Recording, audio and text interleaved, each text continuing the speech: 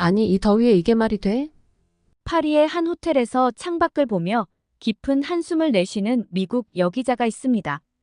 그녀는 며칠 전 다녀온 어딘가를 회상하며 걱정스러운 표정을 짓고 있는데요.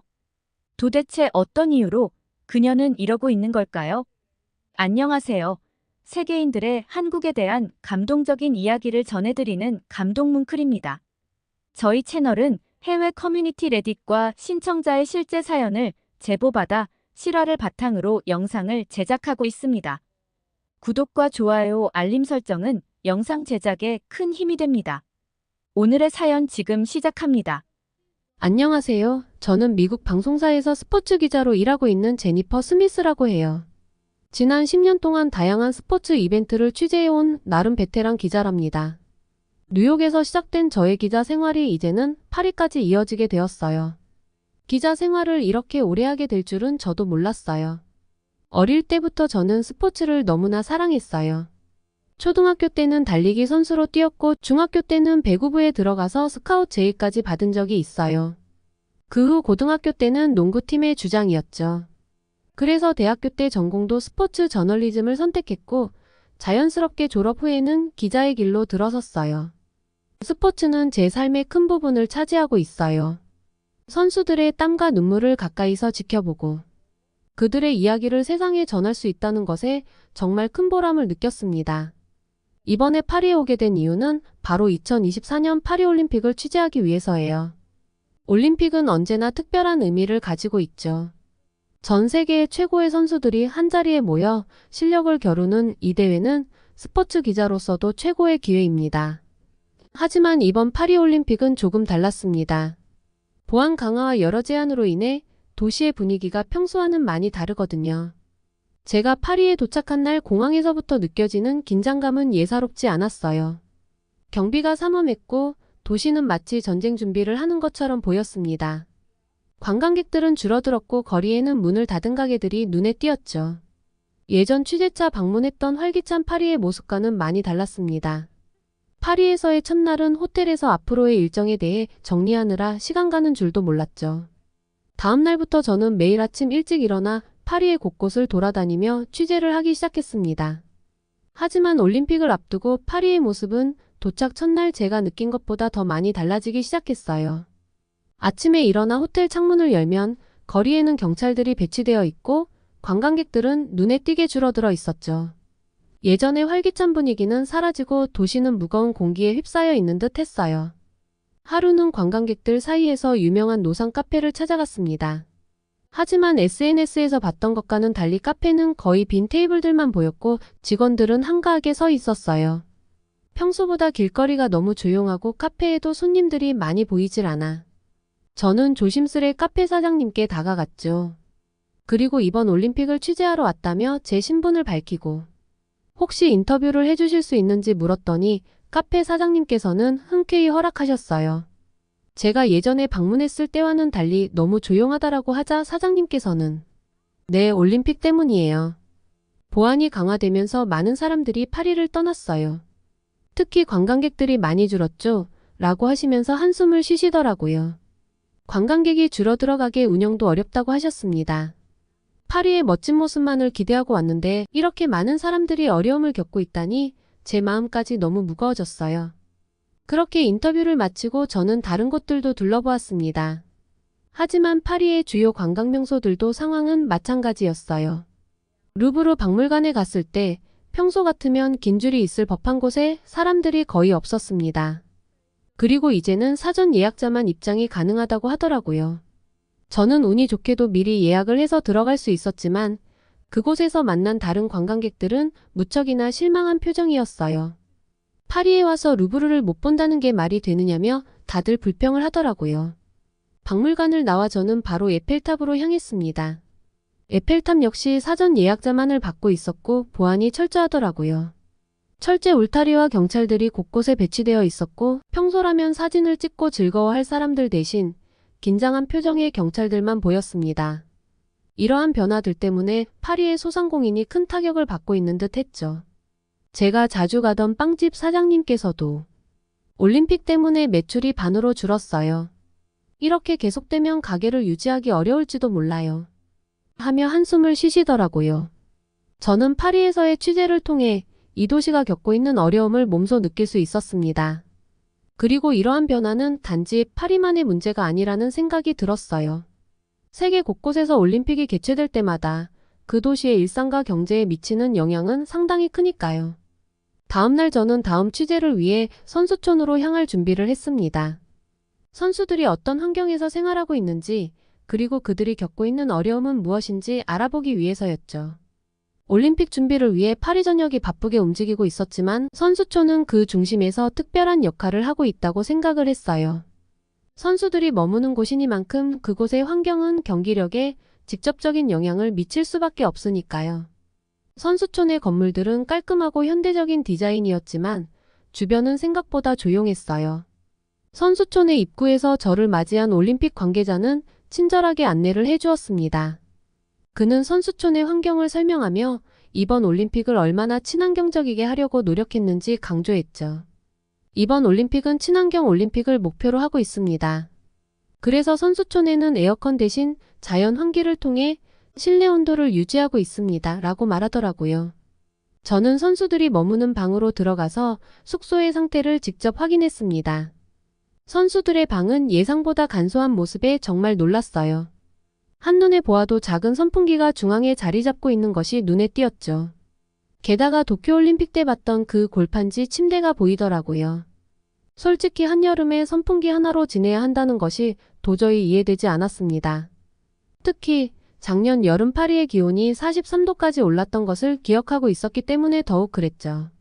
하지만 담당 직원분은 에어컨이 없는 올림픽이 가장 친환경적 올림픽이 될 것이라며 자랑을 하기 시작했습니다. 에어컨 대신 직사광선을 피하고 지하 냉각수를 활용해 건물 전체를 외부보다 6도 낮게 유지하도록 설계했다고 했지만 무더위에 선수들이 어떻게 대처할 것인가에 대한 저의 우려는 여전했어요. 지난 도쿄올림픽 때 열사병으로 쓰러졌던 선수들이 생각나면서 과연 선수들이 이 더위 속에서 제대로 경기를 치를 수 있을지 너무 걱정이 되더라고요. 선수촌 내부를 둘러보는 동안에도 몇 명은 무더위에 지쳐 보였습니다.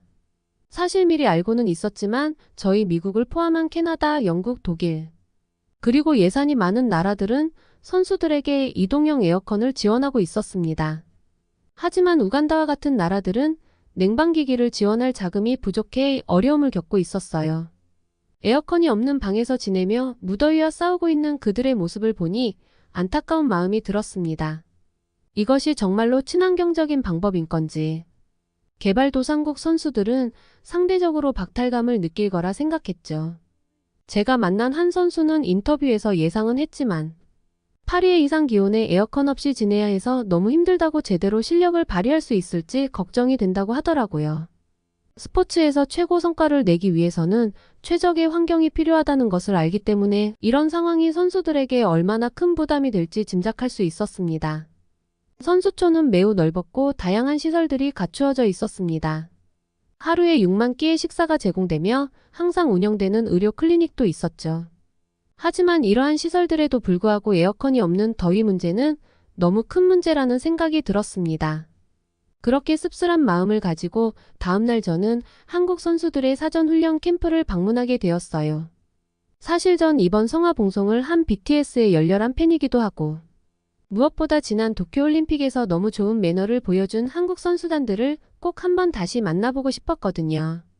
저는 파리 시내에서 차로 약 1시간 거리에 있는 퐁텐블로에 위치한 한국 선수들의 사전 캠프장으로 향했어요. 미리 조사한 바로는 한국 선수들이 최상의 상태로 경기에 임할 수 있도록 철저하게 준비된 공간이라고 하니 무척 궁금해지더라고요.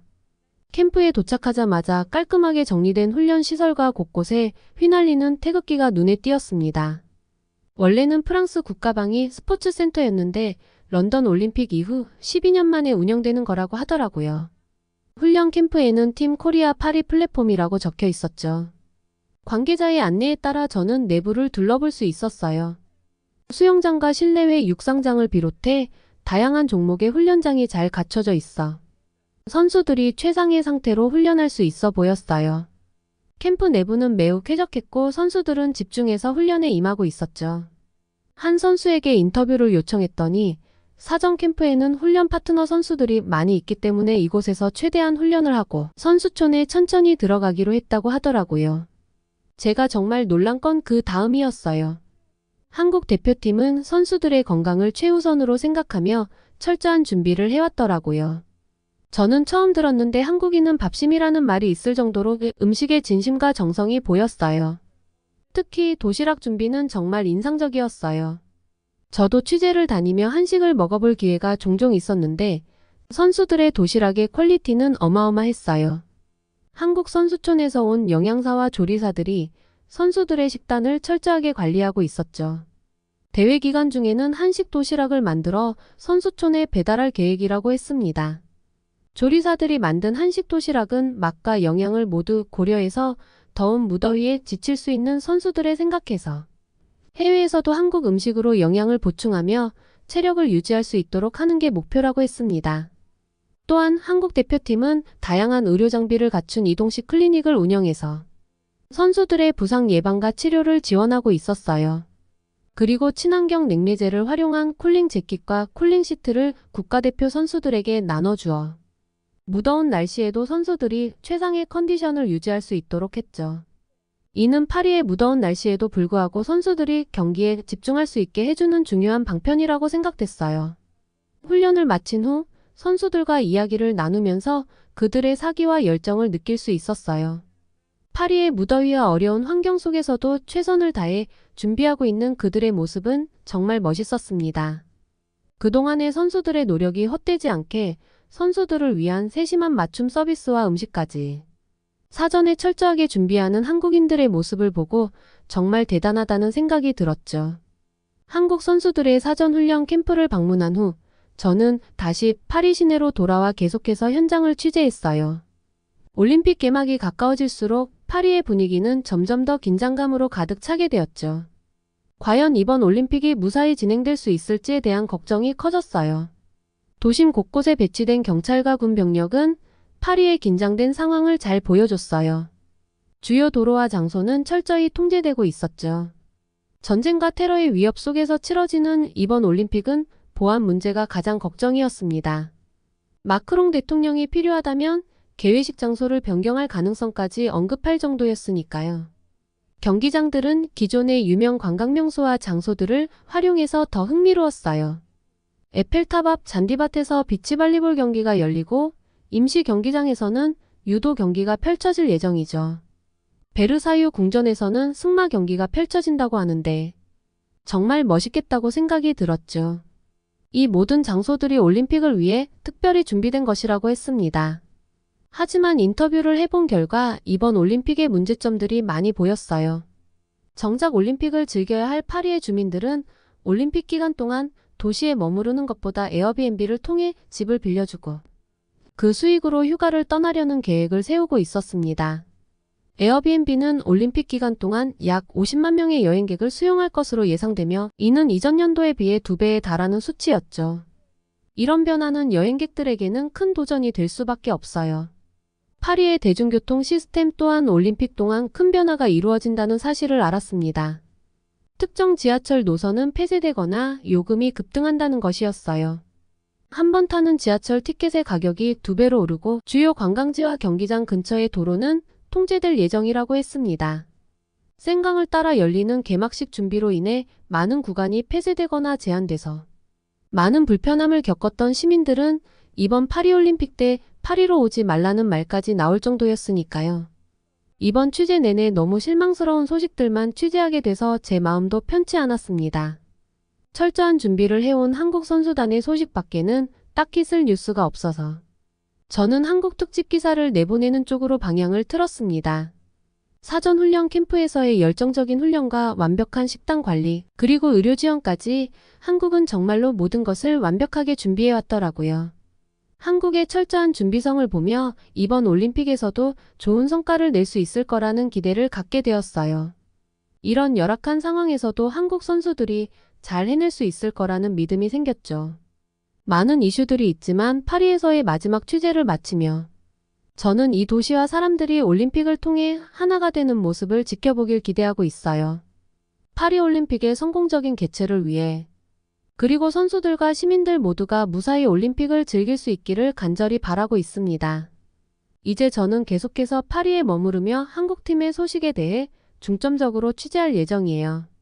이번 올림픽에 부디 아무도 다치지 않고 별 탈 없이 잘 마치기를 진심으로 바라고 있어요.